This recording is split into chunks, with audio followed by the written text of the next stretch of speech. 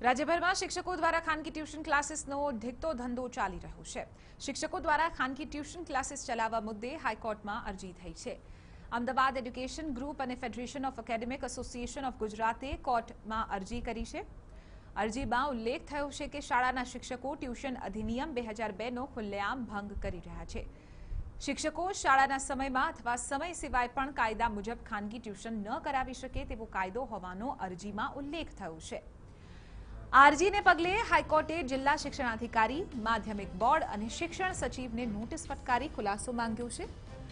અરજદારનો આરોપ છે કે આ અંગે તેમણે છેક દિલ્હી સુધી વારંવાર રજૂઆત કરી છે, છતાં કોઈ ઉકેલ નથી આવ્યો। આખરે કંટાળી તેમણે હાઈકોર્ટનો સહારો લીધો।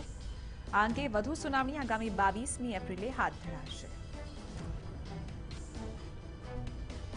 એટલે અમે પીઆઈએલ દાખલ કરી છે અને આજે સાહેબને રજૂઆત કરી છે કે આ રીતના સ્ટેટ ગવર્મેન્ટ એજ્યુકેશન બોર્ડનો પરિપત્ર હોવા છતાં અને જેમાં સ્કૂલ ટીચર્સને પ્રોહિબિટ કર્યા છે પ્રાઇવેટ ટ્યુશન્સ લેવામાં, અને સાથે સેક્શન 25 રાઇટ ટુ એજ્યુકેશન એક્ટમાં પણ સ્કૂલ ટીચર્સને રિસ્ટ્રેન કર્યા છે કે એ લોકો પ્રાઇવેટ ટ્યુશન્સ ના લઈ શકે, પણ છતાં બી એ લોકો પ્રાઇવેટ ટ્યુશન ચલાવે છે।